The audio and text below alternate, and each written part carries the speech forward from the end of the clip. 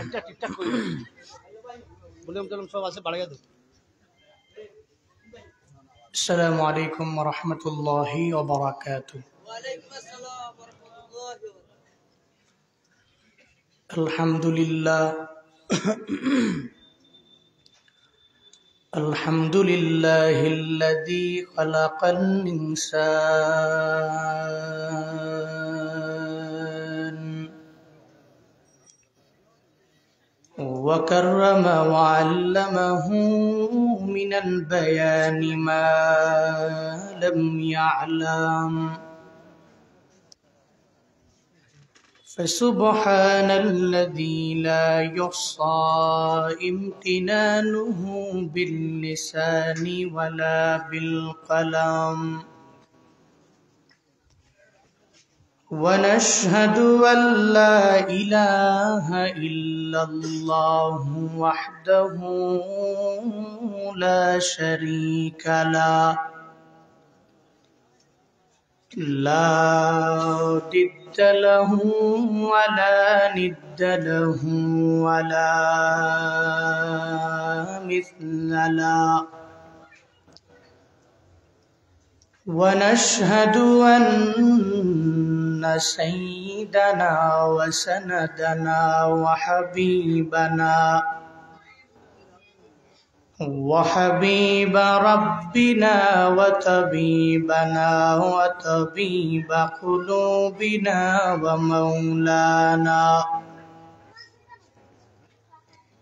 ومولانا محمدا عبده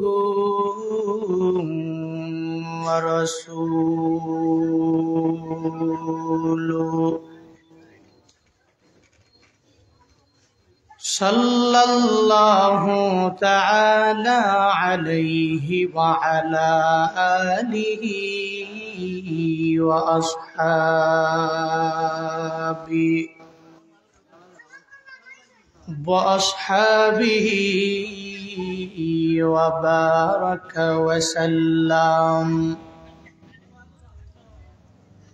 وبارك وسلم تسليما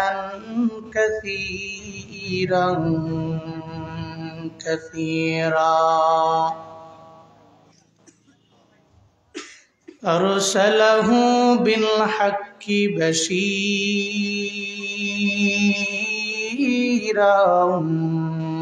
ونذيرا وداعيا إلى الله بإذنه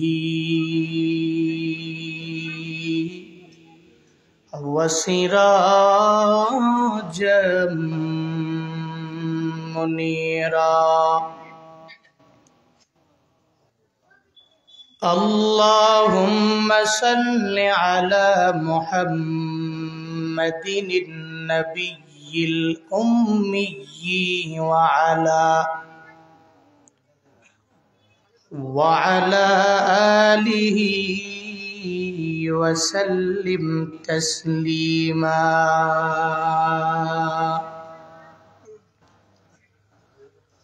وبعد فأعوذ بالله من الشيطان الرجيم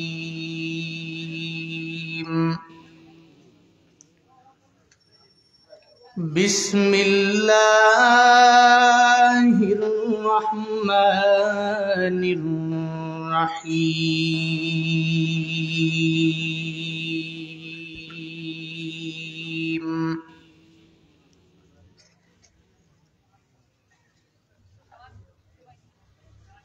قل أطيعوا الله والرسول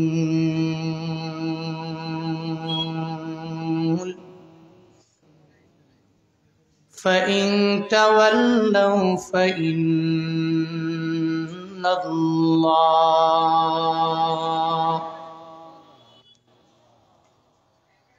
فإن الله لا يحب الكافرين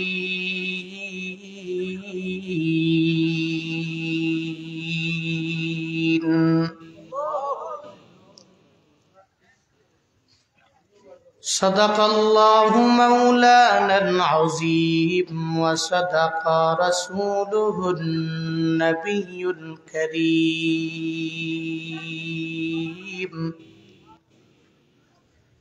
ونحن على ذلك لمن الشاهدين والشاكرين والذاكرين والحمد لله رب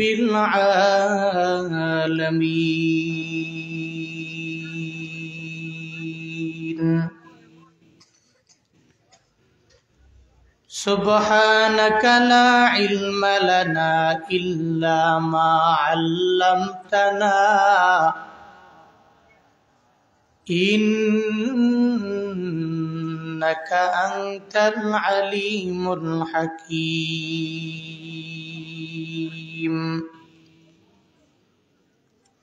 رب اشرح لي صدري ويسر لي أمري واحلل عقدة من لساني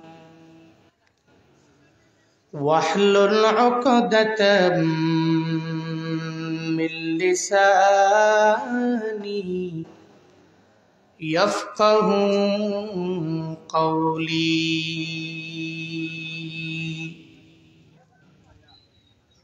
ربي زدني علما ربي زدني علما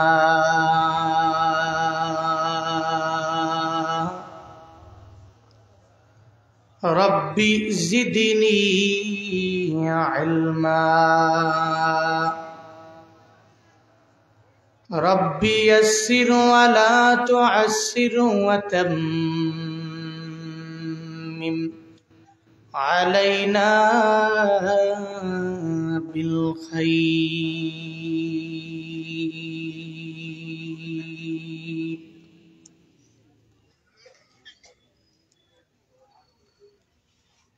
कौनैन का मुख्तार खुदा तुमको बनाया कौनैन का मुख्तार खुदा तुमको बनाया उम्मत की निगाहबान खुदा तुमको बनाया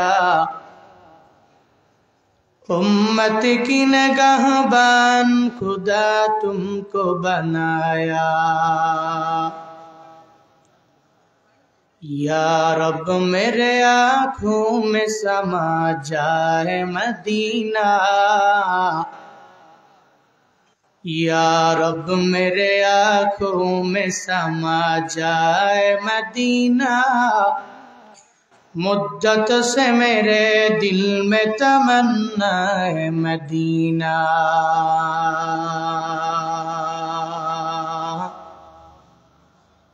मुद्दत से मेरे दिल में तमन्ना है मदीना ला इलाहा इल्लल्लाह ला इलाहा इल्लल्लाह ला इलाहा इल्लल्लाह ला इलाहा इल्लल्लाह ला इलाहा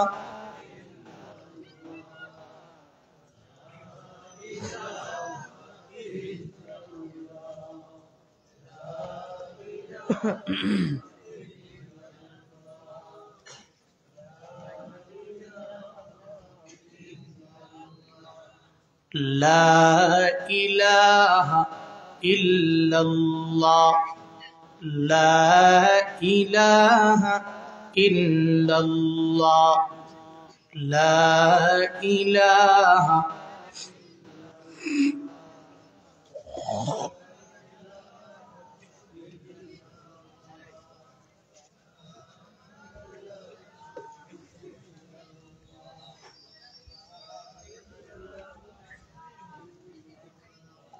हजरत फातिमा रजी अल्लाह अन्हा महिला टाइटल मदरसा নলডরি কর্মধা কুলাউড়া মৌলভীবাজারের উদ্যোগে আয়োজিত ১৯তম বার্ষিক ইসলামী মহাসম্মেলনের আজ ২৪শে নভেম্বর ২০২৪ মুতাবারক এই মজলিসের সম্মানিত সভাপতি রহমতাবাদ ইসলামিয়া মাদ্রাসার সম্মানিত মুহতামিম হযরত মাওলানা আব্দুল মুক্তাদির ঢেউপাশি সাহিব দামাত বরকাতুহুম, আজকের এই মাহফিলের আরো একজন সভাপতি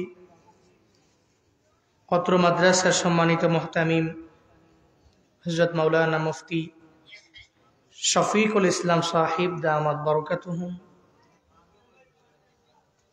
আজকের এই মাহফিলে কোরআন এবং হাদিস থেকে দিক নির্দেশনামূলক বাণী আপনাদেরকে অনেকেই শুনিয়েছেন। সামনেও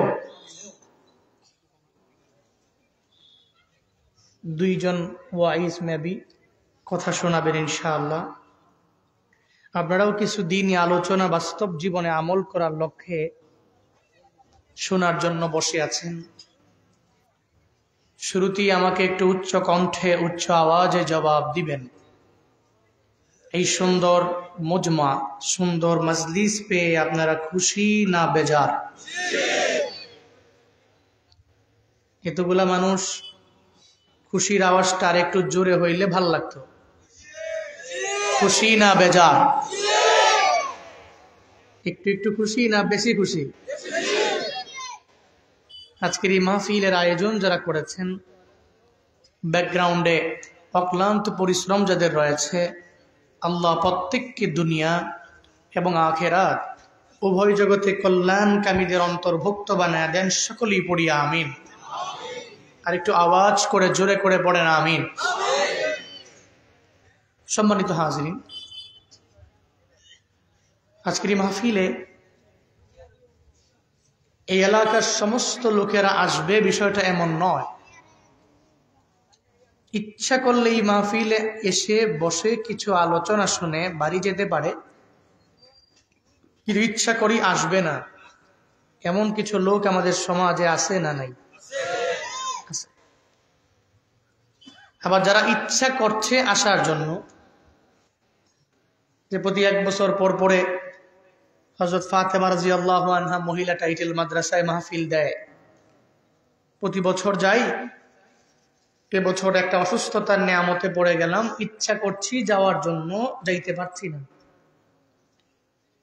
এমন কিছু ব্যক্তিও আমাদের সমাজে আছে, কিন্তু এতগুলো মানুষ থেকে যাচাই করে বাছাই করে আজকের এই মাহফিলে আসার মতো, বসার মতো, কিছু বলার এবং শোনার মতো তৌফিক দিয়েছেন কে? আল্লাহ যদি তৌফিক না দেয় আমরা কিছু করতে পারবো না? হাঁটতে পারবো? ঘুমাইতে পারবো? খাইতে পারবো? আল্লাহ তৌফিক দিয়েছেন, আল্লাহ আসার মতো তৌফিক দিয়েছেন বলে আসতে পারছে। নাহলে বান্দার আসারও ক্ষমতা নাই, যাওয়ারও ক্ষমতা নাই, হাঁটারও যোগ্যতা নাই, একটা কদম দিবে এই যোগ্যতাও তার নাই। অমা তৌফিকি ইল্লা বিল্লাহ, আমার কোনো তৌফিক নেই ইল্লা, তবে হ্যাঁ যদি আল্লাহ আমার দেয় তো আমার তৌফিক আছে, যদি আল্লাহ না দেয় তো আমার নাই। এই জন্য আজকের এই মাহফিলে আসার মতো তৌফিক দিয়েছেন কে?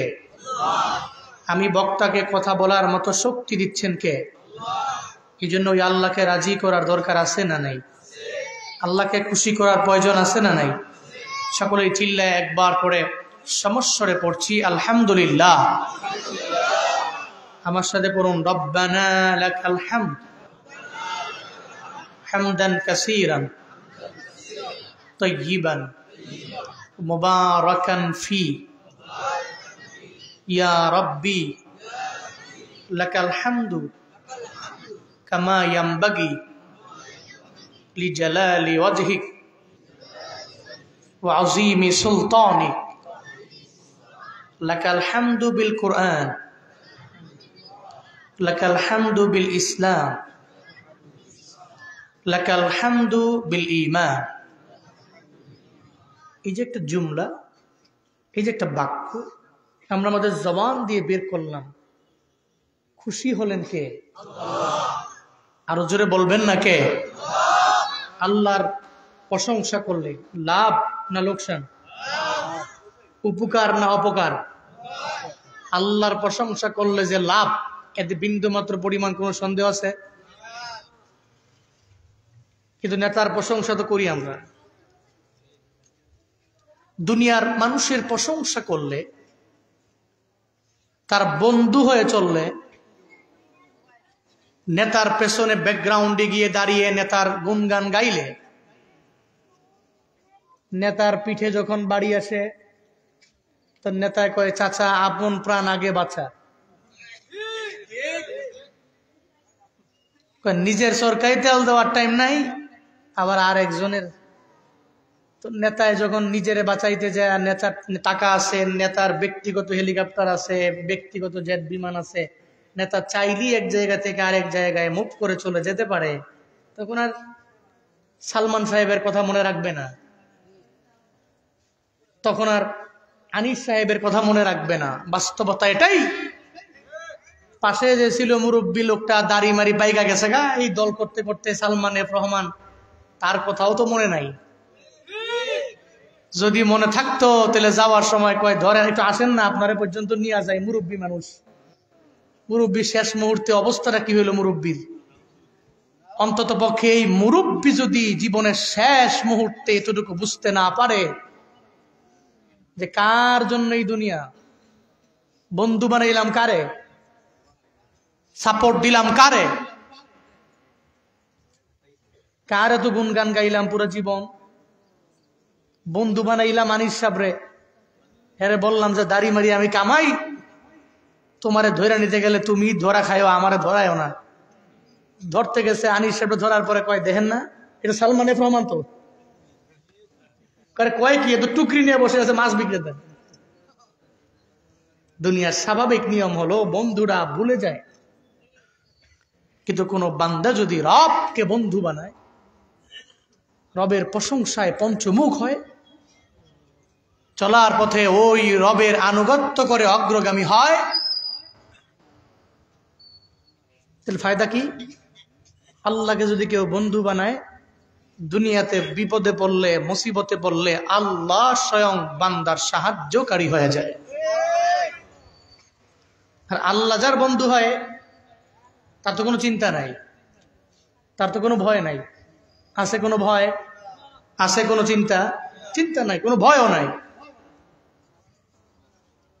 আলা ইন্না আউলিয়া আল্লাহি লা খাউফুন আলাইহিম লা খাউফুন আলাইহিম ওয়ালা হুম ইয়াহজানুন।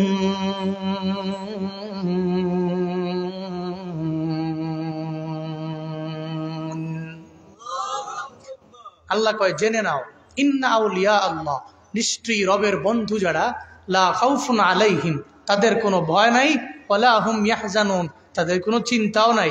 ঘোষণা কার? আরো জোরে বলেন না, ঘোষণা কার? এজন্য বন্ধু বানাবো কারে? প্রশংসাও করবো কার? সর্বহালত।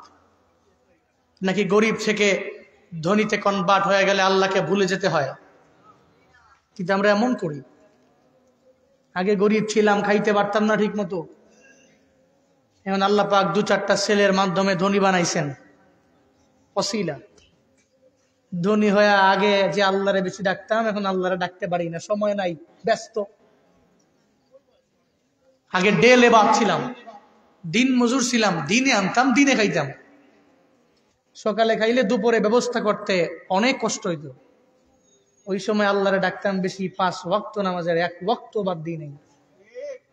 কিন্তু কপাল পোড়া, এখন ধনী হয়ে, টাকাওয়ালা হয়ে, মোস্ট রিচেস্ট ম্যান হয়ে এখন আল্লাহকে ভুলে গেছে। জোহরে ডাকলে কয় ব্যবসা বাণিজ্যের ব্যস্ততা আছে তো জোহর পড়তে পারি নাই। আসরে ডাকলে একটু ব্যস্ততা আছে, ওদিকে একটা মিটিং আছে, মিটিং এর কারণে আসর পড়তে ভুলে গেছে। মাগরিব পড়ো নাই কেন? আরে বন্ধু বান্ধবদেরকে নিয়ে আড্ডা দিতে গেছিলাম, একটু চা খাইতে খাইতে সময় গেছে, মাগরিবের কথা মনে নাই। হ্যাঁ, দুনিয়ার মানুষের সময়ের পরিবর্তন হলে সে আল্লাহকে ভুলে যায়, কিন্তু একটা খাঁটি মুমিন যে ও গরিব অবস্থায় যে রবকে স্মরণ করে, মধ্যবিত্ত অবস্থায় ওই রবকে স্মরণ করে, একেবারে ধনী হয়ে গেল সে ওই রবকে স্মরণ করে, কারণ সে জানে গরিব যে আল্লাহ বানায় রাখছে উনি চাইলে গরিব থেকে একটু উচ্চ মানের মধ্যবিত্ত লেভেলে আমাকে পৌঁছাতে পারে। সে তো জানে মধ্যবিত্ত থেকে মোস্ট রিচেস্ট ম্যান, সমাজের সবচেয়ে বড় ধনী আল্লাহই তো আমারে বানাইতে পারে। বেশি বাড়াবাড়ি করলে আবার ওই ধনী থেকে আমার মাওলা কনভার্ট করে আবার ওই গরিবী হালাতে আমারে পৌঁছায়া দিতে পারে। এই ক্ষমতা আল্লাহর আছে না নাই? এই ক্ষমতা আছে না নাই? এই জন্য নিয়ত করেন আজকে থেকে, আল্লাহ যেই হালাতে রাখেন, যে অবস্থায় রাখেন, আমরা সর্বহালাতে রবের প্রশংসা করব। রাজি আছি তো ইনশাআল্লাহ? আল্লাহ সবাইকে সে তৌফিক দান করেন। সকলেই পড়ি আমিন। আর একটু আওয়াজ করে জোরে করে পড়েন আমিন। ভাই সব, আপনারা আমাদের চাইতে বেশি সবল, আমরা দুর্বল। কেন? আমরা প্রতিদিন কথা বলি, 2-3 জায়গায় কথা বলি, এই জায়গা থেকে ওই জায়গায় যাই। এই জন্য স্বাভাবিক দৃষ্টিকোণ থেকে আমাদের চাইতে আপনারা সবল। আওয়াজটা একটু আপনারা জোরেই দিয়েন, নাকি রাগ করবেন? পড়েন সুবহানাল্লাহ। আরো জোরে চিল্লায়া পড়েন আলহামদুলিল্লাহ। আরো জোরে একবার করে চিল্লায়া পড়েন আল্লাহু আকবার। গুনাহ হইল নেই? কষ্ট পাইছেন? সওয়াব না গুনাহ? আল্লাহ আমাদের প্রত্যেকের আমল নামা নেক দিয়া ভরপুর বানায়া দেন। খুতবায় একটি আয়াতে কারিমা তিলাওয়াত করেছি। আল্লাহ পাক ওই জায়গায় নবীকে বলতে বলছেন, উম্মতদের বলুন তারা চলার পথে কার ফলোয়ার হয়ে অগ্রগামী হবে, কার অনুসারী হবে, কাকে ইতোয়াত করবে, আনুগত্য করবে। কি চলার পথে চুলটা কাটবে মেসির মতো, না নেইমারের মতো, না এমবাপ্পির মতো, নাকি আখিরি নবীর মতো? এ ব্যাপারে আল্লাহ পাক জানাইছেন যে তুমি চলার পথে এদেরকে ফলো করে অগ্রগামী হও, জীবনটা কামিয়াব হবে।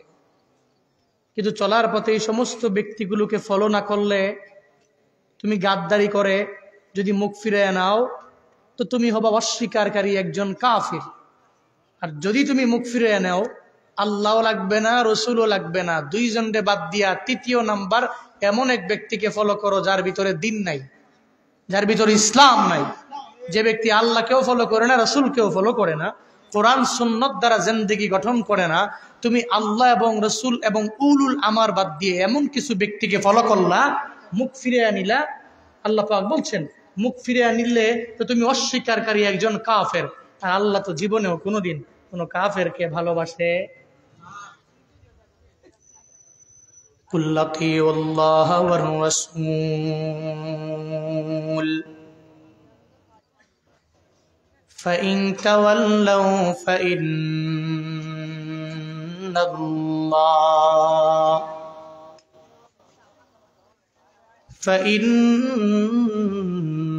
ফাইন্নাল্লাহা লা ইউহিব্বুল কাফিরিন।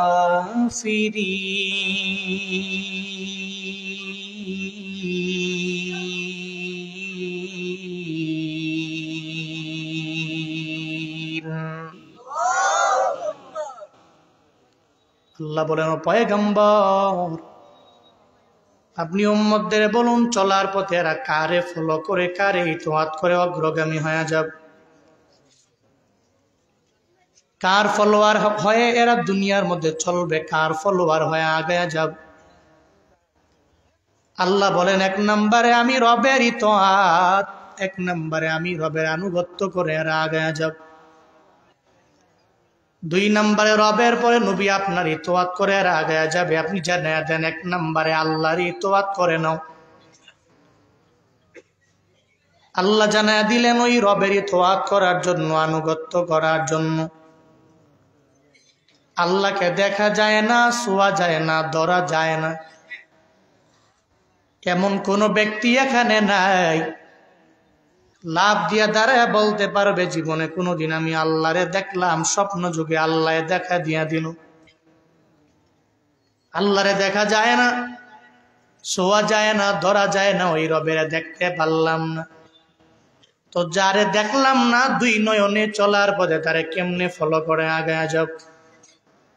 আল্লাহ যে জানাইলেন, ও পয়গম্বর, 1 নম্বরে বলে দেন, 1 নম্বরে ইতোয়াত হবে আমি আল্লাহর।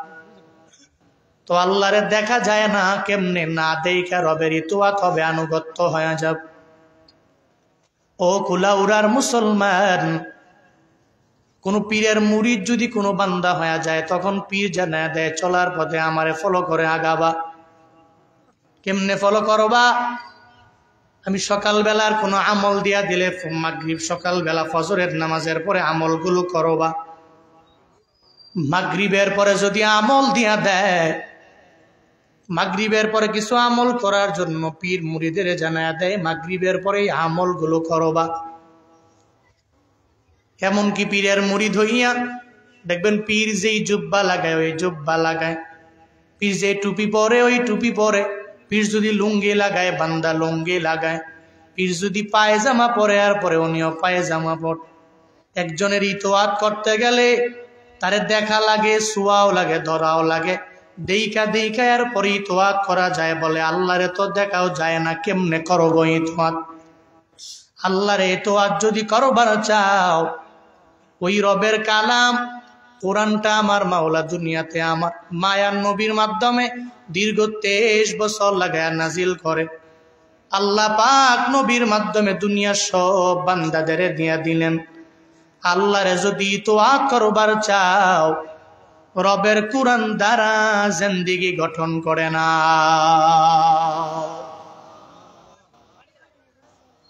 রবের কোরআন দ্বারা জিন্দেগিটাকে গঠন করে নাও। কোরআন দ্বারা কেমনে গঠন করব?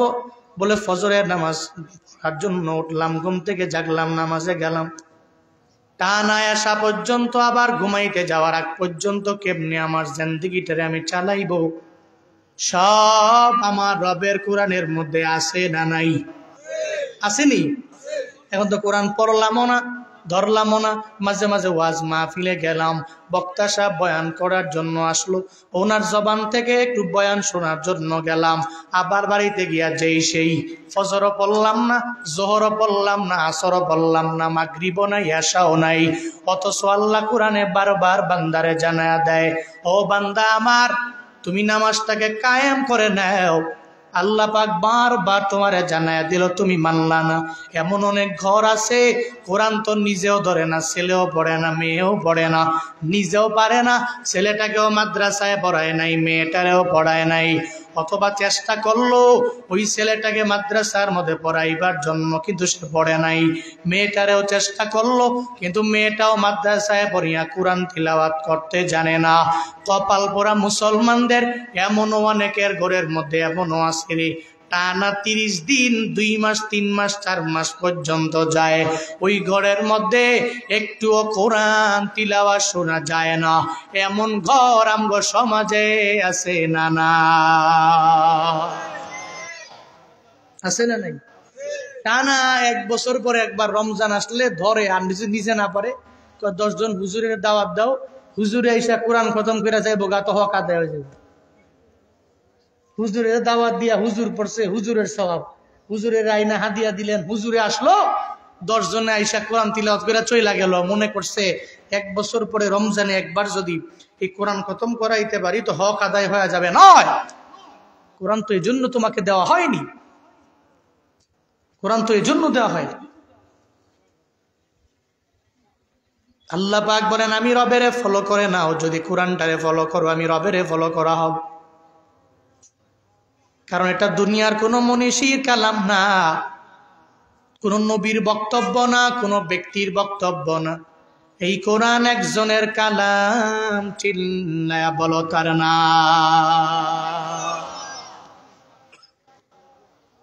কোরআন দ্বারা পরিপূর্ণ নিজের জিন্দেগিটা গঠন করে না। ওরে বাবা, নিজে পারো না, ছেলেটার একটা মাদ্রাসার মধ্যে দাও, এর হাফেজ বানায়া দাও, কামিয়াব হয়ে যেতে পারো না। যদিও হাফেজ আলেম হলে দুনিয়ার মধ্যে অনেক টাকাওয়ালা হবে, অনেক দামি বাড়ি গাড়ির মালিক হবে, যদিও এমন হবে না।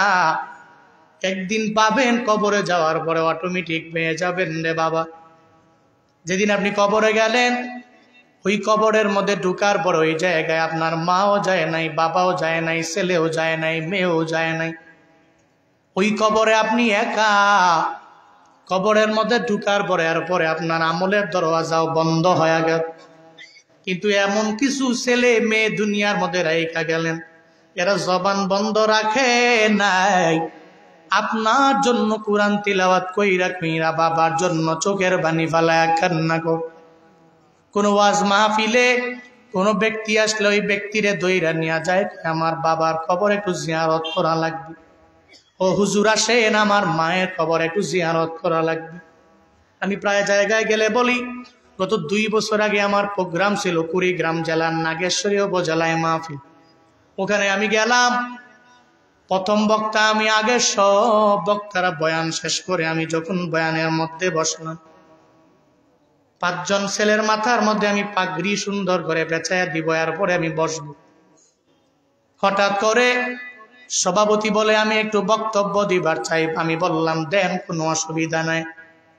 সভাপতি মাইকটা নিয়ে এক এক করে জানাইয়া দিল, হুজুর এই মাদ্রাসার জন্য এত পরিমাণে মেহনত আমার, এই মাদ্রাসায় একটু পরে 5 জনের মাথার মধ্যে আপনি পাগড়ি দিয়া দিবেন হুজুর। এদের মধ্যে একজন আমার ছেলে আছে, ওই ছেলের মাথার মধ্যে হাত বুলাই একটু দোয়া কইরা দিবেন। ওই লোকটা আবদার জানায়া এটা বলার পরে অটোমেটিক চোখ দিয়া যখন পানি পড়ে গেল, আমি বুঝতেও পারলাম না কেন ওই লোকটা চোখের পানি ফেলায় কেন কান্না করলো, নিজেও বলল না। এতটুকু বলল, 5 নম্বরে যেই ছেলেটার নাম ঘোষণা করা হবে তার মাথার মধ্যে পাগড়ি পেঁচানোর সময় মাথায় একটু হাত বলে একটু দোয়া কইরা দিবেন। ও আল্লাহর বান্দা, একটু মনোযোগের কান লাগায় শুই নরে বাবা। 5 জনের মাথার মধ্যে আমি পাগড়ি লাগাইয়া দিব। একজনের মাথায় পেঁচাইলাম, দেখলাম ওর মুখের মধ্যে হাসি, আমারে সালাম দেয়, বলে হুজুর দোয়া কইরেন। এরপরে 2 নম্বরে যার মাথার মধ্যে আমি পাগড়ি দিয়া দিলাম, সেও আমারে সালাম দিয়া বলে হুজুর দোয়া করবেন। 3 নম্বর যে ছেলেটা, এরপরেও তার নাম ঘোষণা করার পরে হাসি দিয়া বল হুজুর দোয়া করবেন। 4 নম্বর ছেলেটাও বলে হুজুর আমার জন্য দোয়া করবেন। 5 নম্বর ছেলের বেলায় যখন তার নামটা ঘোষণা কইরা দেওয়া হল, আমি তার মাথার মধ্যে যখন পাগড়ি ঘোরানোর জন্য পাগড়ি ভেজাইলাম, এরপরে আমি তাকায়া দেখি ও আমারে সালামও দেয় না, আমার দরবার থেকে দোয়াও নেয় না, আমারে বলেও না হুজুর আমার জন্য একটু রবের দরবারে দোয়া কইরা দিবেন। আমি তাকায়া দেখি রে, তার চোখের এক কোণার মধ্যে একটু পানি পানি ভাব। আমি তারা জিজ্ঞাসা করলাম, এই ছেলে আজকে এমন একটা খুশির দিন তোমার, কেন তুমি চোখের মধ্যে পানি পানি দেখা যায়, কেন জানায়া দাও। তখন ওই ছোট্ট বালকটা সঙ্গে সঙ্গে আমারে জানায়া দিল, হুজুর আমার 4 জন বন্ধু আমার সঙ্গে হাফেজে কোরআন হয়ে গেল, এরা বাড়িতে যাবে, এদের মায়ের দরবারে যাইয়া যখন মায়ের দিকে এরা তাকাবে, এরা 30 পারা কোরআন সিনার মধ্যে নিয়ে ঢুকায় যাওয়ার পরে তখন মায়ে বলবে আয় আয়, বুকের মধ্যে নিয়ে সুন্দর করে কপালের মধ্যে একটা চুমু দিয়ে দিবি। এরপরে এরা যখন যাবে, এদের বাবারা কি পরিমাণে এদের আদর করে নিবে, যত্ন করে নিবে, এদের কপালের মধ্যে সুন্দর করে এদের চুমু দিয়ে দিবে। আমি আজকে আপনার দরবারে আসলাম, এতগুলা মানুষের ভিড়ে আমি 30 পারা কোরআনের হাফেজ হইয়া আমার মাথার মধ্যে আপনি পাগড়ি দিচ্ছেন, এরপরেও মুখে হাসি আনতে পারি না। সারাটা দিন লাগায়া আমি চোখের পানি ফেলে কান্না করেছি, কারণ আমার মনের মধ্যে একটাই চিন্তা, হুজুর আজকে পাগড়ি দিবে, এই পাগড়ি নিয়ে আমি বাড়ির মধ্যে যাওয়ার পরে আমার মায়ের আদর আমি পাবো না, আমার মা আমার বুকের মধ্যে নিবে না, আমার কপালের মধ্যে সুন্দর করে চুমু দিয়ে আমার মায়া আমারে বলবে না, সন্তান রে তোর জন্য রবে দরবারে দোয়া কইরা দিলাম। ওই ছোট্ট বালক আমারে জানায়া দেয়, হুজুর আমি বাড়ি যাওয়ার পরে আমার মারে পাবো না, এই জন্য আমি চোখের পানি ফালায়া ফালায়া কান্না করি। কেন কানবে না? একটা 70 বছরের মুরব্বীও যদি তার মায়ের হারায়, এত বুড়া হয়ে যাওয়ার পরে জনম দুঃখিনী মা যখন দুনিয়ায় বিদায় নিয়ে চলে যায়, এরপরেও দেখবেন ওই মুরব্বী মায়ের যখন বয়ান শুনি চোখের পানি ফালায়া মায়ের জন্য কান্না করে। ওই মুরব্বীটাও দেখবেন বাবার জন্য চোখের পানি ফালায়া কান্না করে। মুরব্বীরে জিজ্ঞাসা করা হলো, দোকানের মধ্যে গেলে চায়ে টান দেন কিন্তু চোখে হাসি নাই, মুখেও হাসি নাই। কই আমি আমার মারে হারাইয়া এত পরিমাণে পেরেশানিতে বললাম, এখন আমি বাড়ি গেলে আমার মায়েরে পাই না, আমি বাড়ির মধ্যে গেলে আমার বাবারে পাই না।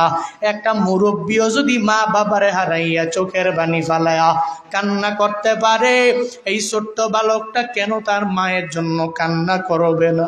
আমার জানা দে হুজুর, আমার মা নাই। বয়ান শেষ করার পরে একটু আমার মায়ের মাকবারায় যাবেন, ওই মায়ের মাকবারার সামনে দাঁড়াইয়া আমার মায়ের জন্য একটু দোয়া কইরা দিবেন। আমি আমার মায়ের জন্য একটু চোখের পানি ফালায়া রবের দরবারে আবদার জানায়া দিব। আল্লাহর কাছে বলবো, আল্লাহ আমার মায়ের কবর তুমি জান্নাতে বাগান বানায়া দিও।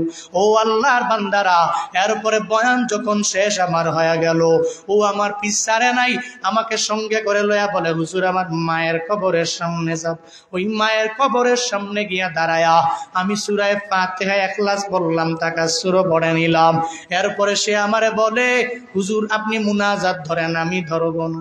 আমি বললাম, আজকে দোয়া আমি দিব না, আজকে ওই মায়ের মাকবারার সামনে তুমি দাঁড়াইয়া তুমি রবের দরবারে তোমার মায়ের জন্য একটু দোয়া করে দাও। এটা বলতে দেরি সিনার মধ্যে সদ্য কোরআনের হাফেজটা 30 পারা কোরআন নিয়া সঙ্গে সঙ্গে রবের দরবারে আবদার জানায়, আল্লাহ গো আমার মা দুনিয়ায় নাই, 30 পারা কোরআন সিনার মধ্যে আমি ঢুকাইয়া ফেললাম রে আল্লাহ। আজকে যদি আমার মায়ে থাকতো, আমার মায়ে কত পরিমাণে খুশি হয়ে যেত। আমার মাকে তুমি নিয়ে গেলা, তবে মায়ের মাকবারার কথা আমি ভুলে গেলাম না। আমার মায়ের চিন্তা আমার অন্তরের মধ্যে আছে বলেই আজকে আমি মাকবারার সামনে হাজির। আল্লাহ গো, আমি সন্তানের দোয়ার বদৌলতে আমি মায়ের কবরটা একটু কি জান্নাতের বাগান বানায়া দেওয়া যাবে না? ও কুলাউড়া মৌলভী বাজারের মুসলমান, আমার ওই সময় কি মনে হয়েছে জাননি রে বাবা? একটা হাফেজে কোরআন যে কোনো গুনাহকে এটাও জানে না, সগীরা গুনাহও বোঝে না, কাবিরা গুনাহও যে জানে না, ওই ছোট্ট বাচ্চাটা 30 পারা কোরআন সিনায় ঢুকায় যখন আমার আল্লাহর দরবারে আবদার জানাইলো, ও দয়ার মালিক আমার মায়ের কবর জান্নাতের বাগান বানায় দাও, আল্লাহর দরবারে আবদার জানাইলো। আমার মনে হয়েছে মায়ের কবর যদি জাহান্নামে গর্ত হয়, এরপর ওই ছোট্ট বাচ্চার কান্না আমার মাওলা ফিরিয়ে দিবে না, ওর মায়ের কবর জান্নাতের বাগান আমার মাওলা বানায়া দিবে, আল্লাহ বানায়া দিবে। আমার কাছে মনে হয়েছে এই সময় একটা হাফেজে কোরআন যার সিনায় 30 পারা কোরআন, মায়ের কথা ভুলে নাই, গেল মায়ের মাকবারার সামনে গিয়ে দাঁড়ায়া রবের দরবারে আবদার জানায়, আল্লাহ 30 পারা কোরআন মুখস্থ কইরা আজকে আমি হাফেজ হইলাম। মায়ে থাকলে কত আনন্দ পাইতো, কত খুশি হইতো, আমারে বুকেটাই না কপালের মধ্যে চুমু দিত, আমি মায়ের আদর নিয়ে ঘুমাইতে যেতে পারতাম। কিন্তু আল্লাহ গো, আমার তো মা নাই, এ কারণে মায়ের মাকবারার সামনে এসে দাঁড়াইয়া মায়ের জন্য রবের দরবারে আবদার জানাই, আমি আমার মায়ের কবরটাকে আমি সন্তানের উসিলায় জান্নাতের বাগান বানায়া দেওয়া যায় না? মনে হয়েছে ওই মায়ের কবর যদি জাহান্নামের গর্ত হয়, ছোট্টই হাফেজে কোরআনের দোয়ার বদৌলতে আল্লাহ পাক কবরটাকে জান্নাতের বাগান বানায়া দিবে। ওই সময় বুঝবো আমরা আপনারা সবাই, যেদিন এই পৃথিবীতে কেউ নাই, আমলের দরওয়াজা বন্ধ, এমন কিছু ছেলে পেলে রেখে গেলাম, মাদ্রাসায় পড়াইলাম, মৃত্যুবরণের পরে খালি কান্দে এমন নয়, কান্নার পাশাপাশি সূরা ইয়াসিন পড়ে, বাবার নামে সূরা আর রহমান পড়ে, সূরা ওয়াকিয়া পড়ে। এই জন্যই তো কোরআনের সাথে কোনো না কোনো একটা লাইনে একটা সম্পর্ক লাগায়া যাইতে পারলে, যদিও দুনিয়াতে কোনো ফায়দা নাই, কিন্তু আখিরাতে ফায়দা আছে না নাই? জোরে বলেন না, আছে না নাই? এই জন্য কবরের লাইনে, বারজাকের জীবনে, আখিরাতের জীবনে ফায়দা যদি পেতে চান, বলে উপকার কিছু লাগবে, কিছু পুঁজি আমার লাগবে। তো যেমনে না যেমনি হোক, এমনে সেমনে যেমনি কোরআনের সাথে সম্পর্ক লাগান, ডানে হইলে ডানে, বামে সামনে, যেমনি হয়তো নিজে পড়েন, পড়েন নাই, ছেলেটারে পড়ান, না পারেন নাই, মেয়েটারে পড়ান, নাও পারেন নাই, নাতিরে পড়ান, তাও পারেন নাই। এরপরে মেয়ের ঘরে আল্লাহ পাক একটা নাতনি দিছে, ওই নাতনিটারে পর্যন্ত এরকম মহিলা মাদ্রাসায় পড়ান। তারে বলেন, ইন্সপায়ার করেন, আমি তো বাবা হয়ে তোমাদেরকে পারি নাই, তো আল্লাহ পাক আমাকে একটা নাতিন দিয়েছেন, তোমার ঘরে আল্লাহ পাক একটা মেয়ে দিয়েছেন, নিয়ত করো তুমি এই মাদ্রাসায় পড়াও, অন্তত পক্ষে কোনো না কোনো লাইনে একটু কোরআনের সাথে সম্পর্ক লাগাইলে রবকে ইতোয়াত করা হবে। কোরআনের সাথে সম্পর্ক লাগায়া বারজাকের জীবনটাও সুখময় করে দিবেন কে? আরো জোরে বলেন না কে? খারাপ লাগতেছে আপনাদের? কি কষ্ট পাচ্ছেন নাকি আপনারা? জিকির করেন লা ইলাহা ইল্লাল্লাহ, সবাই লা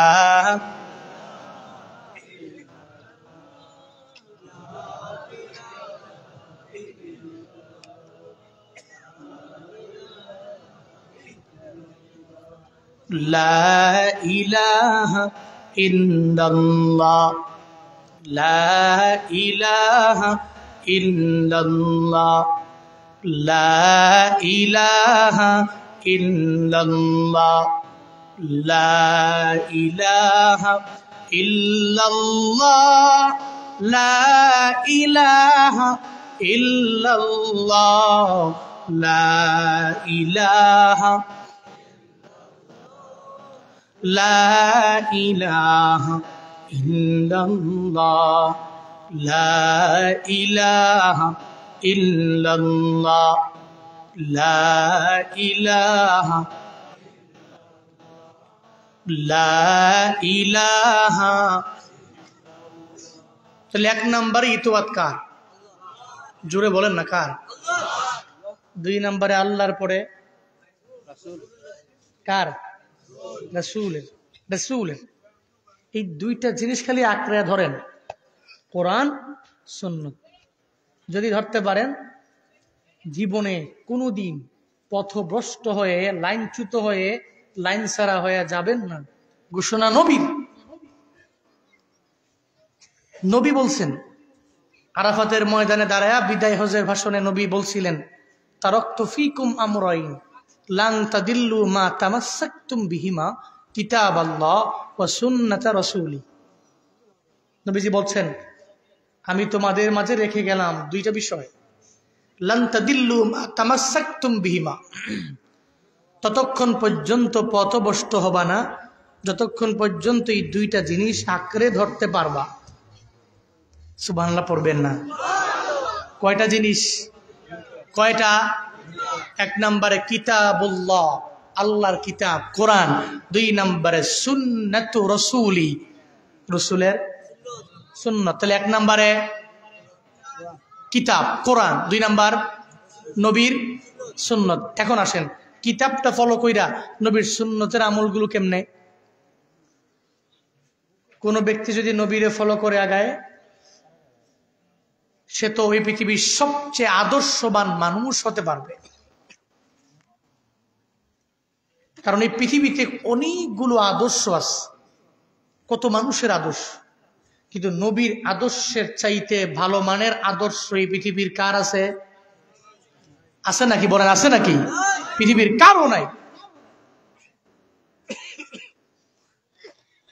এই জন্য আল্লাহ জানায় দিলেন, এক নম্বরে আমি রবের ফলো করে নাও, দুই নম্বরে আমার মায়া নবীরে চলার পথে বান্দা তুমি ফলো করে নাও। আল্লাহ পাক জানায় দিলেন, লাকাদ কানা লাকুম ফি রাসূলিল্লাহি উসওয়াতুন হাসানা। এই মানুষ, আমার মদিনাওয়ালা নবীর ভিতরে তোমাদের জন্য রয়েছে উত্তম আদর্শ। এই আদর্শ যদি গ্রহণ করে নাও, আসমানের নিচে জমিনের উপরে তোমার চাইতে সম্মানী আর দামি কেউ হবে না। নবীর আদর্শের মালা গলায় লাগাও। আল্লাহ পাক জানায় দিলেন, এক নম্বরে আমি রব, দুই নম্বরে হলো আমার নবী। নবীর আদর্শের মালা গলার মধ্যে কেমনে লাগাবো? রাস্তা দিয়ে নবী হাঁটে, ডানে হাঁটে, জিকিরে ফিকিরে হাঁটে, কাউরে গালিও দেয় না, মন্দ কথাও বলে না, আমরাও চলার পথে নবীরে যদি কেউ ফলো করে আগায় যায়, ডানে হাঁটবে, মন্দ বলবে না, গালিও দিবে না। এমন কোন সেকুলার দুনিয়াতে জন্ম নেয় নাই যে বলতে পারবে। মায়ার নবী জীবনে কোনোদিন কাউরে জোরে গালি দিয়ে দিল কেউ বলতে পারবে না। আবু জাহালের নবী গালি দিল, উতবারে নবী গালি দিল, সাহেবারে গালি দিল, ওয়ালিদ ইবনে মুগিরারে নবী গালি দিয়ে দিল, কেউ বলতে পারবে না রে বাপ। কারণ নবীর জিন্দেগিতে গালি নাই। যেই কারণে আদর্শ দিয়া মানুষগুলারে এত পরিমাণে ইসলামের মধ্যে আনলেন। আবু বকরের দরবারে গেলেন, হ্যাঁ আবু বকর একটু কালেমা পড়ে মুসলমান হয়ে গেলে দামি হয়ে যাব। একবারও জিজ্ঞেস করে নাই কেন আমি কালেমা পড়ব। আবু বকর নবীর সামনে আইসা সঙ্গে সঙ্গে কালেমা পড়ে মুসলমান হয়ে যায়। হযরতে ওমরে ফারুক আজম 2 নাম্বার খলিফা, দুনিয়াতে যে জান্নাতের সার্টিফিকেট পায়া গেলেন, ওই ওমর রাদিয়াল্লাহু আনহুর দিকে দেখেন না। আবু জাহাল বলল, হ্যাঁ কে আসো? ওই মুহাম্মদের গর্দানটাকে আলাদা করে আমার দরবারে নিয়ে আসবা। যদি নিয়ে আসতে পারো তাহলে তোমাদেরকে 100 উটনি দেওয়া হোক। ওমর দরবারে নিয়ে দাঁড়ায় যায়, ওই মুহাম্মদের গর্দানটা আমি তোমার দরবারে আইনা দিতে পারবো। হযরতে ওমরে ফারুক, তখন তো ফারুক হয় নাই, আজম হয় নাই, দৌড়ে তরবারি নিয়ে মুহাম্মদ নবীর গর্দান আনার জন্য রওনা। পথিমধ্যে যাওয়ার পর ফাতেমার কোরআন তিলাওয়াত শুই না নিজের মনটা জুড়ায় গেল। ও ফাতেমা, যেই কোরআন তিলাওয়াত করলা, কোরআন তিলাওয়াতের মায়ায় পড়ে গেল। কোথায় গেলে পরিপূর্ণ শোনা যাবে? কয় আমার দরবারে পরিপূর্ণ শুনতে পারবা না, নবীর দরবারে যাও। নবীর দরবারে গেলে কোরআন তিলাওয়াত শুই না নিজের মনটারে জুড়ে ফেলতে পারবা। ওমর নবীর গর্দান আনার জন্য যখন তরবারি নিয়ে রওনা হয়ে যায়, গর্দান আনবে, নবীর তিলাওয়াত শুনবে, মাঝখানে এসে কেমন জানি হয়ে গেল।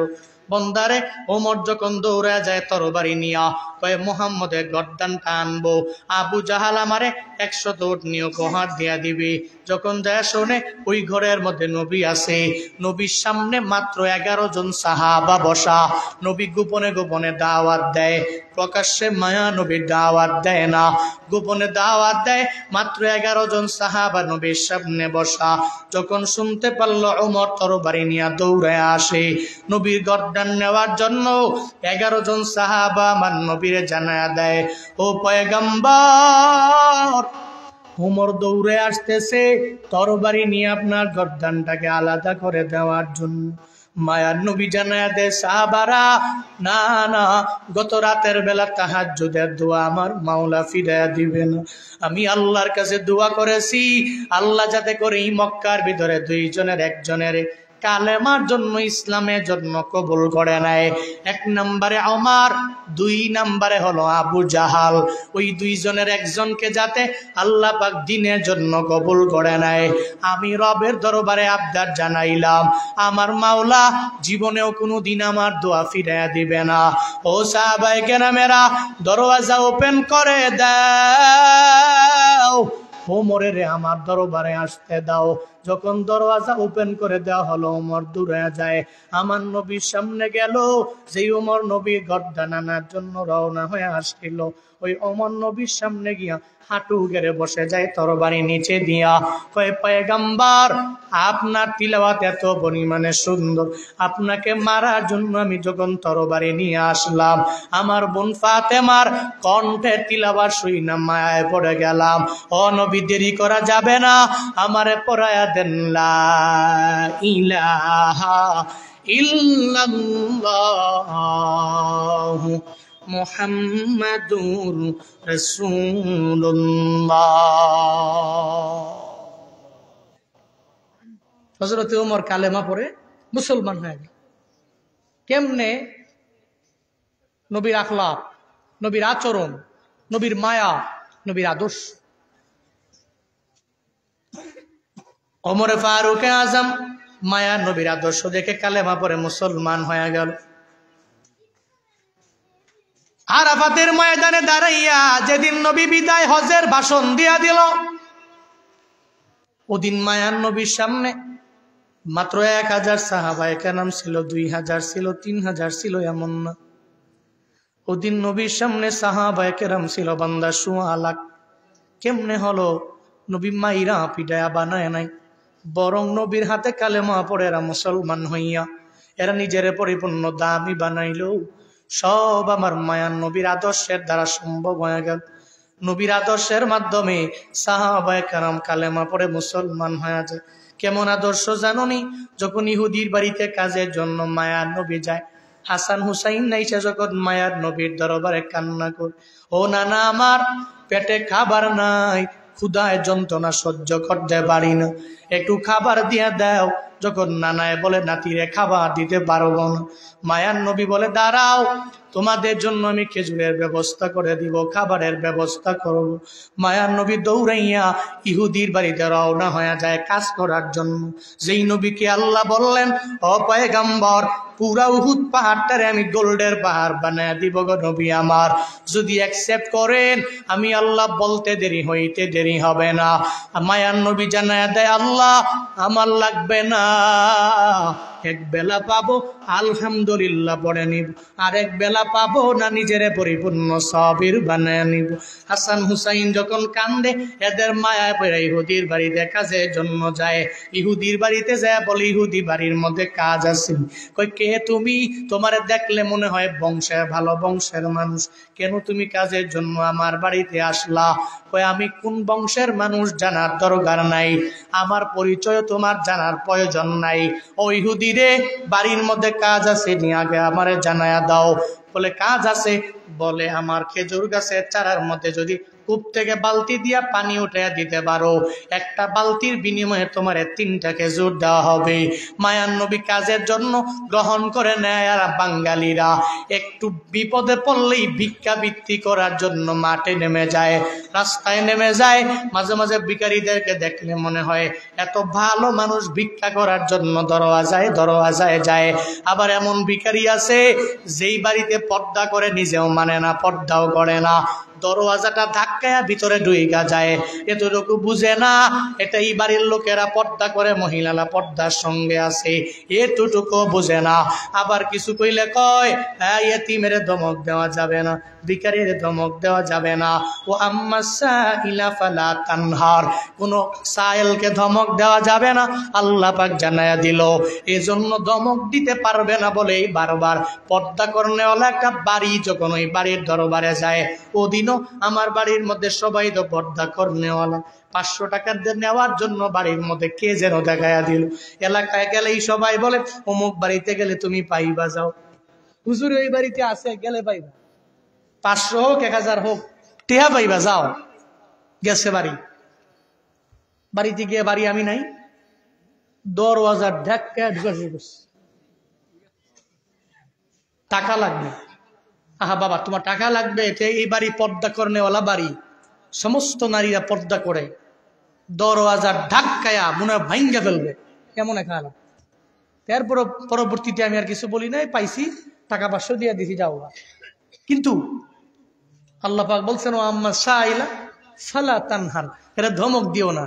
কিন্তু কারো আছে বুঝ কম, খালি একটু বিপদে পড়লেই ভিক্ষার জন্য রাস্তায় নেমে যায়। মায়ার নবী হাসান হুসাইনের পেটের মধ্যে খাবার দেওয়ার জন্য নবী ইহুদির বাড়িতে রওনা।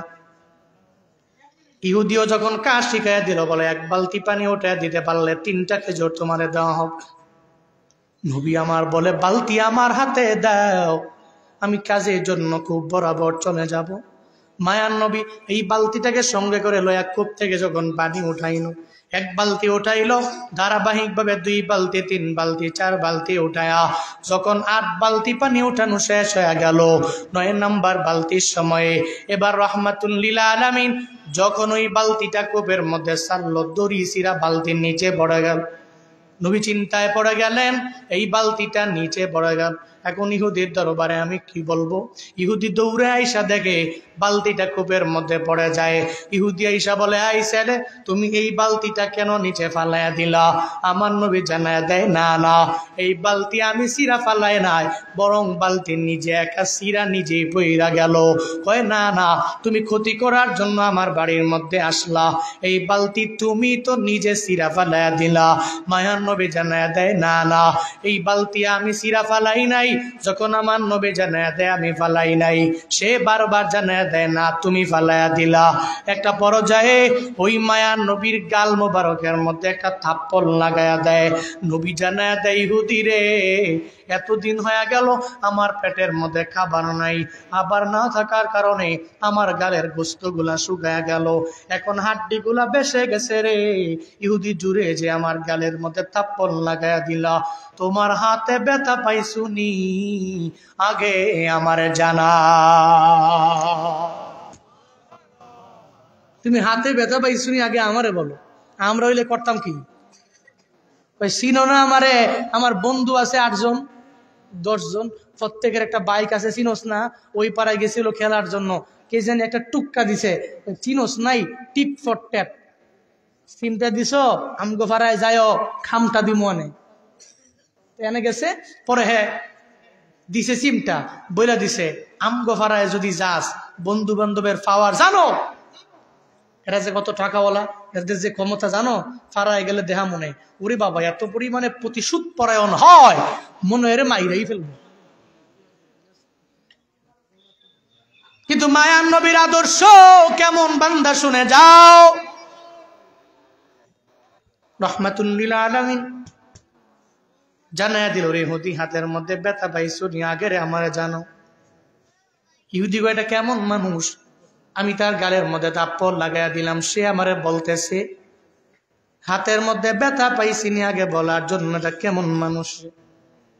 মায়ার নবী কয়ে, দেরি কইর না, আমারে মারছো তো মারছো, আমার নাতিরা কান্দে রে, আমি এদের পেটের মধ্যে খাবার দেওয়ার জন্য তোমার দরবারে আসলাম। 3 আটা 24টা খেজুর আমার হাতের মধ্যে দিয়া দাও, আমি এগুলা সঙ্গে করে লয়া এরপরে হাসান হুসাইনের দরবারে নিয়ে চলে যাব। মায়া নবীকে 24টা খেজুর দিয়া দেয়। নবী আমার 24টা খেজুর নিয়ে যখন রওয়ানা, প্রতিমধ্যে যাওয়ার পরে এবার নবী যে চলে যায়, আল্লাহ জিবরাইলে পাঠায়া দেয়, হাই জিবরাইল, আমার নবীর দরবারে যাও না। নবী কোথায় যায়? নবী কেন বালতি উঠে দিয়া যায় না? নবীর নাম দইরা দইরা ইহুদি সারা জিন্দেগি গালি গালাজ করবে, ইহুদিদের আচরণ ভালো না। এই জিবরাইল নবীরে গিয়ে আগে বলো, আগে বালতি উঠায় দিবে, এরপরে এই বালতি উঠায় দিয়া এই বালতিটাকে সঙ্গে করে দিয়া এরপরে 24টা খেজুর নিয়ে চলে যাবে। জিবরাইল নবীর দরবারে আসলেন, আয়েশা নবীরে জানায়া দিলেন, পয়গম্বর আপনি কোথায় রওনা হয়ে যান? কয়, আমি হাসান হুসাইনের দরবারে যাই। কয়, নবী গো, যেই বালতির জন্য ইহুদি আপনার গালের মধ্যে থাপ্পড় পর্যন্ত লাগাইয়া দিল, ওই বালতি না উঠাইয়া দিয়া এরপরে আপনি যেতে পারবেন না। আমার মায়ার নবী কয়, ও জিবরাইল, বালতি উঠানোর জন্য যন্ত্র লাগবে, কোন যন্ত্র আমি নবীর হাতের মধ্যে নাই। জিবরাইল জানায়া দেয়, পয়গম্বর আপনি বালতি উঠানোর জন্য কোনো যন্ত্রের প্রয়োজন হবে না, বালতি উঠানোর জন্য দুনিয়ার কোনো সাপোর্টের প্রয়োজন হবে না। ও নবী আমার, একটু আমার সাথে চলেন, এরপরে বালতি কেমনে উঠানো লাগবে আমি জিবরাইল জানায়া দিব। মায়ার নবীকে সঙ্গে করে লইয়া যখন জিবরাইল নবীকে সঙ্গে করে লইয়া রওনা হয়ে যায়, যাওয়ার পরে ওই জায়গায় রাহমাতুল লিল আলামিন জিবরাইল জানায়া দেয়, ও নবী আমার, আপনি ইশারা করে বলেন, ও বালতি আমার হাতের মধ্যে আয়, আমার মাওলার ইশারায় তুই আমার হাতের মধ্যে আসবা। নবী গো, এটা বলতে দেরি হবে, আসতে দেরি হবে না।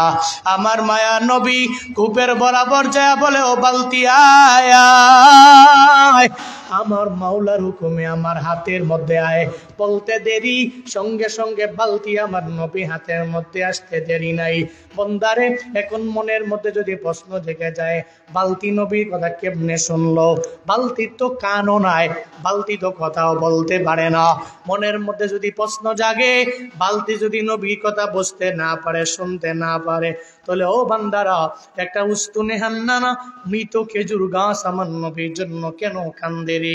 নবীর বিরহের বেদনায় চোখের পানি ফালায়া একটা উস্তুনে হান্নানা কেন কেন কান্না করে? যে উস্তুনে হান্নানার পুরা দেহের মধ্যে মদিনাওয়ালা নবী ঢেলান দিয়া ওই জায়গায় দাঁড়ায় আমার মায়ার নবী বয়ান করে। হঠাৎ করে মসজিদে নববীর মিম্বার যখন হয়ে যায়, মিম্বারের মধ্যে দাঁড়াইয়া আমার মায়ার নবী যখন খুতবা দিবে, এমন একটা হালাতে কে যেন চোখের পানি ফালায়া ফালায়া কান্না করে। মায়ার নবী জানায়া দেয়, সাহাবায়ে কেরাম, কে চোখের পানি ফালায় আমার সামনে কান্না করো? সাহাবায়ে কেরাম বলে, নবী না, আমরা কেউ আপনারে দেখে চোখের পানি ফালায় কান্দি না। আমাদের যত মনের বেদনা আপনারে দেখলে অটোমেটিক সব দূর হয়ে যায়। নবী গো, আপনারে দেখলে আমরা চোখের পানি ফালায় কান্না করতে পারি না। এরপরে মায়ার নবী জানায়া দেয়, এই সাহাবায়ে কেরাম, তাইলে কেউ যেহেতু চোখের পানি ফালায় কান্না করুন, আমার বুঝতে বাকি নাই কে চোখের পানি ফালায়া কান্না করে। নবী মিম্বার থেকে নেমে উস্তুনে হান্নানা দরবারে যায় দেখে একটা মৃত খেজুর গাছ আমার নবীর বিরহের বেদনায় চোখের পানি ফালাইয়া ফালাইয়া কান্না করে।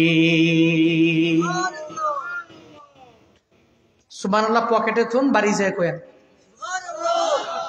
আরো জোরে পড়েন না সুবহানাল্লাহ, আরো জোরে পড়েন আলহামদুলিল্লাহ, আরো জোরে চিল্লায়া পড়েন আল্লাহু আকবার। মৃত খেজুর গাছ, জীবিত জীবিত কোন মানুষ কি? খেজুর গাছ। খেজুর গাছ নবীর বিরহের বেদনায় কান্দে। নবী যায় জিজ্ঞেস করে, আই তুই কান্দো কে বিরহের বেদনায়? উস্তুনে হান্নানা আমার মায়া নবীরে জানায়া দেয়, পয়গম্বর মক্কা থেকে যেদিন মদিনায় আসলেন, আপনার পিঠ মুবারক আমার দেহের মধ্যে লাগলো গো নবী আমার। আপনার দেহ মুবারক, আপনার পিঠ মুবারক আমার দেহের মধ্যে লাগার কারণে আমার জীবনও বড় ধন্য হয়ে গেল। ও পয়গম্বর আমার, আপনার পিঠ মুবারক এতদিন আমার গায়ের মধ্যে লাগতো, মসজিদে নববীর মিম্বার এখন তৈরি হয়ে গেল, আপনি ওই জায়গায় দাঁড়ায় খুতবা দিবেন, আর আমার দেহের মধ্যে আপনার পিঠ মুবারক লাগবে না। এই জন্য ওই বিরহের বেদনে আমি চোখের পানি ফালায়া রবের দরবারে কান্দি। নবী জানায়া দেয়, তাইলে কান্দতেছ যেহেতু, আমি তোমার জন্য রবের দরবারে আবদার জানাই। এক নম্বরে আবদার, আই উস্তুনে হান্নানা, আমি তোমার জন্য রবের দরবারে আবদার জানায়া দোয়া করে দেই, আল্লাহ পাক যাতে করে তুমি এখন মৃত আছো, যাতে করে আমার মাওলা তোমার জীবিত বানায়া দেয়। কি বানায়া দেয়? তুমি আসো মৃত, আল্লাহ পাক যাতে করে তোমার জীবিত বানায়া দেয়। নবী যদি এই দোয়া করে, আল্লাহ এই মৃত খেজুর গাছটারে তুমি জীবিত বানায়া দাও, নবীর দোয়া করতে দেরি, আল্লাহ কবুল করতে দেরি করবে? এই দেরি করবে? এক নাম্বার দোয়া। উস্তুনে হান্নানা কয়, নবী এই দোয়া লাগবে না আমার। কি দোয়া লাগবে? নবী নিজেই দোয়া করতেছেন। দুই নাম্বার, তোমার জন্য দোয়া করব, তোমার হায়াত আল্লাহ পাক কিয়ামত পর্যন্ত বাড়ায় দিবে। পৃথিবীর সমস্ত খেজুর গাছ যদি মারা যায়, তুমি মরবা না, তোমার হায়াত কিয়ামত পর্যন্ত আল্লাহ বাড়ায় দিবে। উস্তুনে হান্নানা এরপরে কয়, নবী আমার এই দোয়াও লাগবে না। কি দোয়া লাগবে? নবী তিন নম্বরে দোয়া করলেন, আমি আল্লাহর কাছে তোমার বরকতের জন্য এত পরিমাণে দোয়া করি, আল্লাহ পাক যাতে করে তোমার পুরো দেহতে 12 মাস এক টানা খেজুর দেয়। পৃথিবীর কোনো খেজুর গাছে যখন খেজুর থাকবে না, তোমার দেহের মধ্যে আল্লাহ খেজুর দিয়া ভরপুর করে দিবে। এর উপরে উস্তুনে হান্নানা জানায়া দেয়, নবী আমার এই দোয়াও লাগবে না। 4 নম্বরে নবীর দোয়া করে দেয়, এই উস্তুনে হান্নানা, 4 নম্বরে আমি রবের দরবারে দোয়া করে দিলাম, আল্লাহ পাক যাতে করে তোমার দেহের মধ্যে এত পরিমাণে বরকত বাড়ায়া দেয়।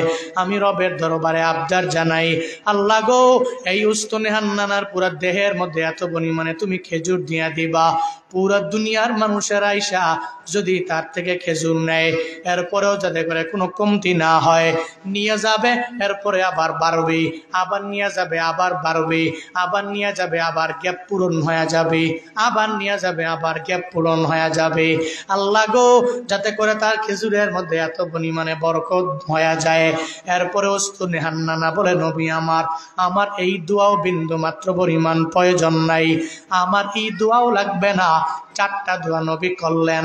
এরপরে 4টা দোয়ার ব্যাপারে জানায়া দিল, ও পয়গম্বর, আমার একটা দোয়াও বিন্দু মাত্র পরিমাণ প্রয়োজন নাই, কারণ নবী গো, এই দুনিয়াতে তো আপনি দুনিয়া থেকে বিদায় নিয়ে চলে যাবেন, আপনার যেদিন মরণ হয়ে যাবে ওদিনের পর থেকে আর জীবনেও কোনোদিন আমি আপনারে দেখতে পারবো না, দুনিয়া শেষ হয়ে যাবে। আর দুনিয়া ফানিয়া ওয়াল আখিরাতু বাকিয়া, দুনিয়া ধ্বংস হবে, আখিরাত এমন একটা জায়গা, ওই জায়গা বাকি থাকবে, বাকি থাকবে, বাকি থাকবে।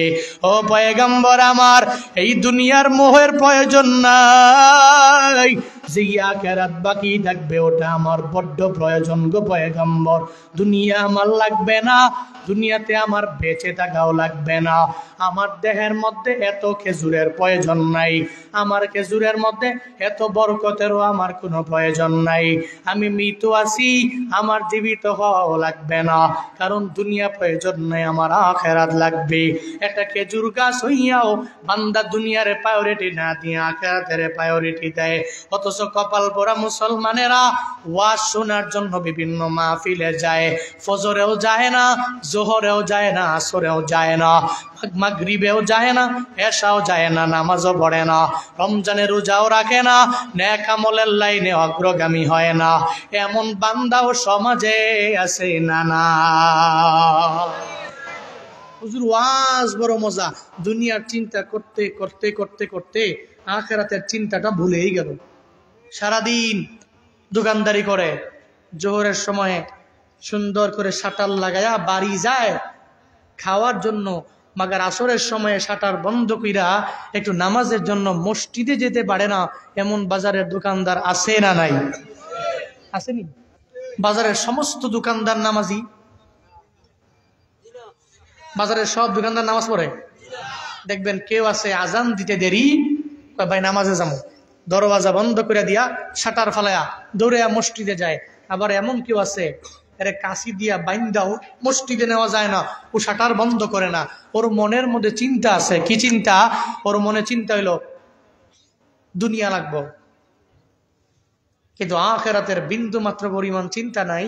দুনিয়ার মোহে এমন ভাবে পড়ে গেল যেটা দুনিয়া ফানিয়া ওয়াল আখিরাতু বাকিয়া, দুনিয়াটা ধ্বংস, যে পৃথিবীতে কেউ থাকতে পারবে না, দুনিয়া ধ্বংস। আর আখিরাত এমন এক জায়গা, বাকি থাকবে, বাকি থাকবে, বাকি থাকবে। কিন্তু কপাল পোড়া মুসলমান দুনিয়ার মোহে পড়ে আখিরাতের চিন্তাটাকে বাদ দেয়। আছে না নেই? কুস্তুনি হান্নানা নবী, আমার দুনিয়া বিলাইনে এই একটা দোয়াও প্রয়োজন নাই। কি লাগবে বলো? কয় আখিরাতে যেই জান্নাতের মালিক আপনি হবেন, ওই জান্নাতের মধ্যে আমি থাকবো, আপনার পাশাপাশি থাকবো একই জান্নাতে। আমি জান্নাতে ঢুকলে ওখানে খালিদিনা ফিহা আবাদান আবাদা, যেখানে ঢুকলে ওখান থেকে বের হইবারও মন চায় না, আল্লাহ পাক দইরা বেরও করবে না। যেই জান্নাত আবাদান আবাদা, অনন্তকাল থাকবো ওই জান্নাতে। যেই জান্নাতে আপনি থাকবেন, আমি আপনারে দেখা দেখা আমার পুরো জীবনটারে আমি ধন্য বানায় ফেলবো। দুনিয়াতে তো 70, 80, 100, 200, 1000, 1500, 2000, 3000, 5000 বছর আমি বাঁচতে পারবো। কিয়ামত পর্যন্ত আমি বাঁচবো ঠিকই, কিন্তু এটা তো লিমিট আছে। জান্নাতে ঢুকলে তো লিমিট নাই, ওটা তো আনলিমিটেড। আল্লাহ পাক জান্নাতের ভিতরে ঢুকায় দিবে। রবের কাছে দোয়া করেন যাতে হাসরের ময়দানে আল্লাহ পাক রব্বুল আলামিন আপনাকে যেই জান্নাতে দেয়, আমারেও যাতে করে ওই জান্নাতে দেয়, ওই জান্নাতের মালিক যাতে করে আমি হতে পারি। আর আপনার চেহারা মুবারক দেখে আমি আমার পুরো হাসরের ময়দানের আখিরাতের লাইফটা কাটায়া দিতে পারি। চিল্লে পড়া যাবে না আল্লাহু আকবার।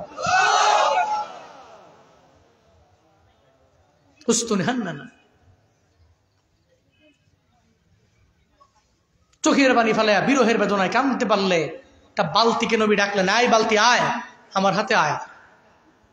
আসতে পারে না? ইহুদি অবাক হয়ে গেল, কিরে বালতি দি ওনার হাতে চলে আসলো উইদাউট এনি সাপোর্ট, কেমনে? নবী আমার ডেকে বলে, ইহুদিরা তোমার বাড়ির মধ্যে থাকবো না, আমারে বিদায় দাও, আমার হাসান হুসাইনের দরবারে আমি চলে যাব। 24টা খেজুর লইয়া রহমাতুল্লিল আলামিন যখন বিদায় নিয়ে চলে যায়, ইহুদি মনে মনে কয়, এমন একটা লোকের গায়ের মধ্যে আমি হাত দিয়া দিলাম যে লোকের মতো ভালো কেউ নাই। সুবহানাল্লাহ পড়বেন না? যেই লোকের মতো আদর্শবান মানুষ এই এলাকার মধ্যে আর কেউ হতে পারে না। কাউরে থাপ্পড় দিলে সে আমারে থাপ্পড় মারার জন্য ব্যাকুল হয়ে যাইতো, ওনারে থাপ্পড় লাগাইয়া দিলাম, কিন্তু থাপ্পড় লাগানোর পরে উনি উল্টা আমারে জানায়া দেয়, এই তুমি হাতের মধ্যে ব্যথা পাইছো নি আমারে জানাও। আরে মানুষটা কেমন রে, আবার আমার বালতি ফালাইয়া ওই বালতিটা আবার কোনো সাপোর্ট ছাড়া আমার হাতের মধ্যে উঠে আইনা দিয়া গেল। আমি তার গালের মধ্যে থাপ্পড় লাগায়া আমি এত পরিমাণে ভুল করে ফেললাম, আমার তো অন্যায় হয়েছে, আমার তো বড় অপরাধ হয়ে গেল। এবার উস্তুনে হান্নানা সঙ্গে ওই ইহুদি সঙ্গে সঙ্গে কবজি থেকে যখন হাতটা আলাদা করে দেয়, তরবারি দিয়ে আঘাত করে, হাতটা জমিনের মধ্যে বইরা লাফালাফি করে। ওই পর্যায়ে বণিকেরা যখন তার বাস দিয়া গমন কইরা যায়, জানায়া দেয়, রে ইহুদি কেন এই হাতটা তোমার লাফালাফি করে, কে ফালাইলো? কয়ে কেউ ফালায় নাই, আমি নিজের অপরাধ মনে করে নিজের অপরাধী হওয়ার কারণে আমি শাস্তি দিয়া দিলাম, কবজি থেকে আমার হাতটাকে আমি আলাদা করলাম। কি এমন করলা? কয় আখির জামানার পয়গাম্বরের গালের মধ্যে থাপ্পড় লাগাইয়া দিলাম, যার কারণে মনে করলাম এই হাতটা আর আমার কবজির মধ্যে থাকতে পারে না। আমি হাতটা আমার কবজি থেকে আলাদা করে দেওয়ার জন্য ব্যাকুল হয়ে গেলাম। এই হাতটাও আমি কবজি থেকে আলাদা করে ফালাইয়া দিলাম, জমিনে পড়ে আছে। কই এখন কি জন্য এখানে দাঁড়ায় রইলা? কই ওই নবীর সন্ধান আমায় দাও, আমি ওই নবীর দরবারে যাব, ওই নবীর দরবারে যাইয়া আমি কালেমা পড়ে মুসলমান হইয়া এরপরে ওনার কাছ থেকে আমি যে ওনার গালের মধ্যে থাপ্পড় লাগাইয়া দিলাম এই ব্যাপারে আমি মাফ চেয়ে নিব। এবার ইহুদিরে যখন বলা হয় ইহুদি ওই জায়গায় গেলে আমার নবীরে পেয়ে যাবা, ইহুদি দৌড়াইয়া হাতটাকে সঙ্গে করে লয়া যখন নবীর দরবারে যায়, আমার নবীরে ডাক দেয়, নবী গো আমি ইহুদি আপনার দরবারে চলে আসলাম। আমার মায়া নবী কয়, কে রে তুই? ইহুদি। নবী পেছনে ফিরে দেখে যে ইহুদি নবীর গাল মুবারকের মধ্যে থাপ্পড় লাগাইয়া দিল। ওই ইহুদি আমার নবীর পেছনে আইসা দাঁড়ায়া গেল। ওই পর্যায়ে আমার মদিনাওয়ালা নবী জানায়া দেয়, ইহুদি রে কেন তুমি আমার দরবারে আসলা, আবার হাতটা কাটা কেন? ইহুদি ডেকে বলে, ও পয়গম্বর আমার, আপনার গালের মধ্যে আমি থাপ্পড় লাগাইয়া দিলাম, আমার তো অনেক পরিমাণে ভুল হয়ে গেল, আমি ভুল করলাম, এই ভুল থেকে নিজেরে মাফ করার জন্য আবার আপনার দরবার থেকে ক্ষমা নেওয়ার জন্য আপনার দরবারে হাজির হয়ে গেলাম। নবী কয়, তাহলে কি জন্য আসলা? দুইটা কাজ করবো। কি দুইটা কাজ? কয় মাফ চাইয়া নেব। আর একটা কি? একটা কমুনা। তো নবী কয়, তুমি মাফ চাইবার আইছো, মাফ করুম এক শর্তে, যদি তুমি কালেমা পইরা মুসলমান হয়ে যেতে পারো। সুবহানাল্লাহ জোরে পড়বেন না? মাফ নিবার আইছো, মাফ করুম এক শর্তে, যদি কালেমা পড়তে পারো। ইহুদি মনে মনে কয়, আমি তো আসলেই কালেমা পড়বারই আইছি, আমি তো কালেমা পড়বারই আইছি, নবী যেহেতু শর্ত লাগাইয়া দিছে কালেমা পড়তে হবে, যেটা আমিও আর একটা শর্ত লাগাইয়া দেই। নবীরে কয়, আয় পয়গম্বর, আপনার হাতে কালেমা পড়বো এক শর্তে, কবজি থেকে হাতটা আলাদা করলাম, এই হাত যদি আবার আগের মতো জোড়া লাগাইয়া দিতে পারে। আমার মায়ার নবীর লালা মুবারকের এত পরিমাণে পাওয়ার,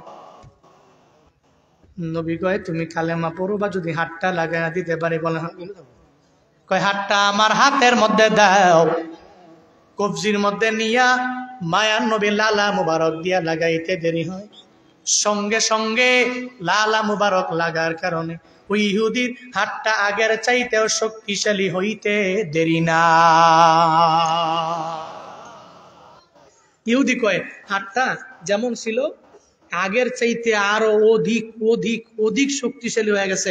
নবী আপনার লালা মুবারকের বদৌলতে আমারে পড়ায়া দেন, লা ইলাহা ইল্লাল্লাহ মুহাম্মাদুর রাসূলুল্লাহ।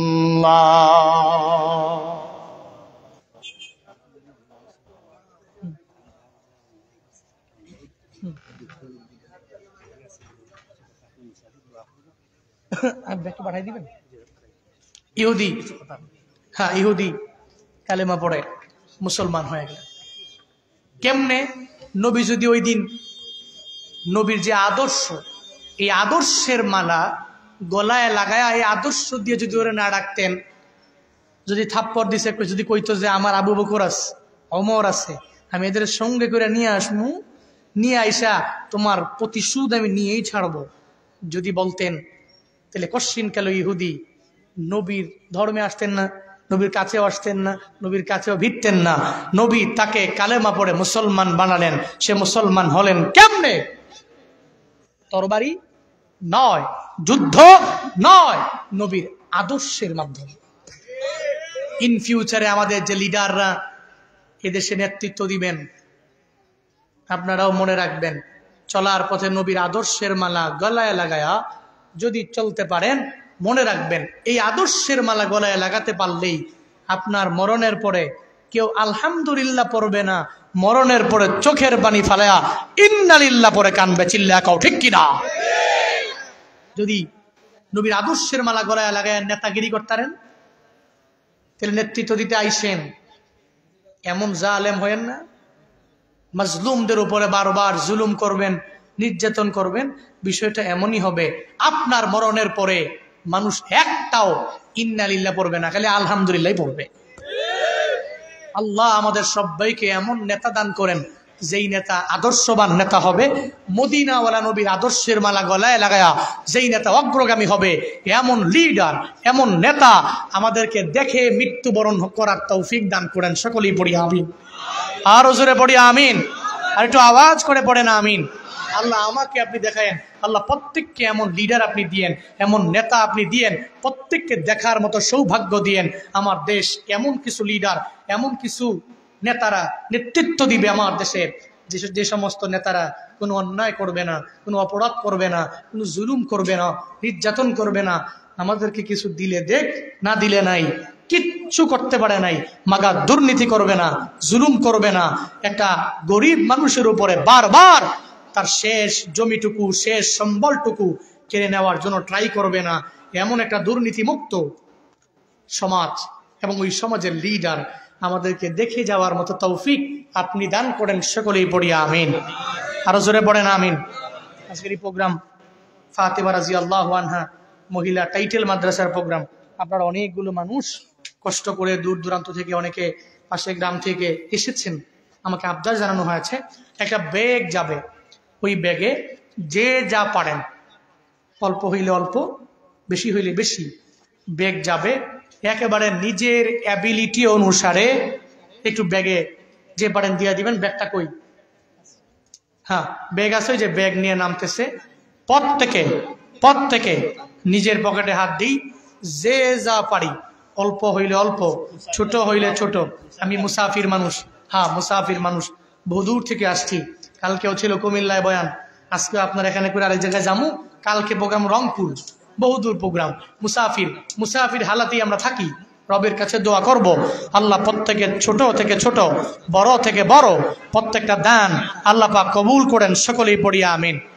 শুনেন, আমার পরে একজন বিশিষ্ট আলোচক, বাংলাদেশের স্বনামধন্য একজন আলেম দ্বীন,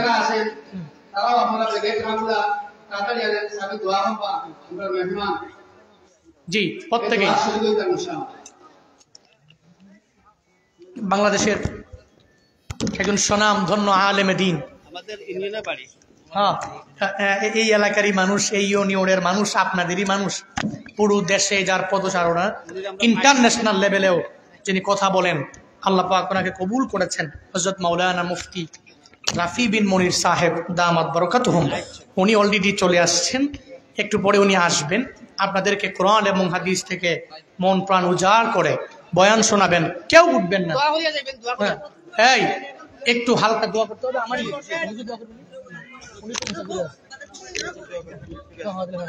উনি দোয়া করে দিবে। শোনেন, একজন উঠেন না, একজন ব্যক্তি উঠবেন না, বসেন। উনি আসলে বয়ান শুই না, এরপরে বাড়ি যান, বয়ান শুই না, দোয়া দিয়া শেষ কইরা মাহফিলটাকে সফল কইরা এরপর বাড়ি যায়। ব্যাগগুলা কই? হ্যাঁ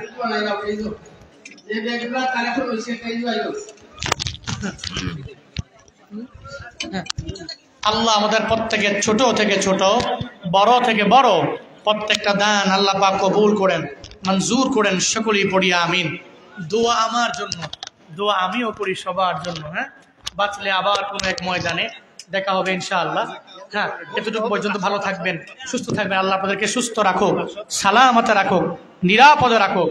আমি মুসাফির হয়ে দোয়া করি আমার জন্য খাস দোয়া, আল্লাহ রমজান পর্যন্ত প্রোগ্রাম সিহতে আফিয়তের সাথে আঞ্জাম দেওয়ার তৌফিক দান করেন। আল্লাহ পাক ইলমে আমলে হিলমে নূর দিয়ে ভরপুর করে দেন, বরকত দিয়ে ভরপুর করে দেন।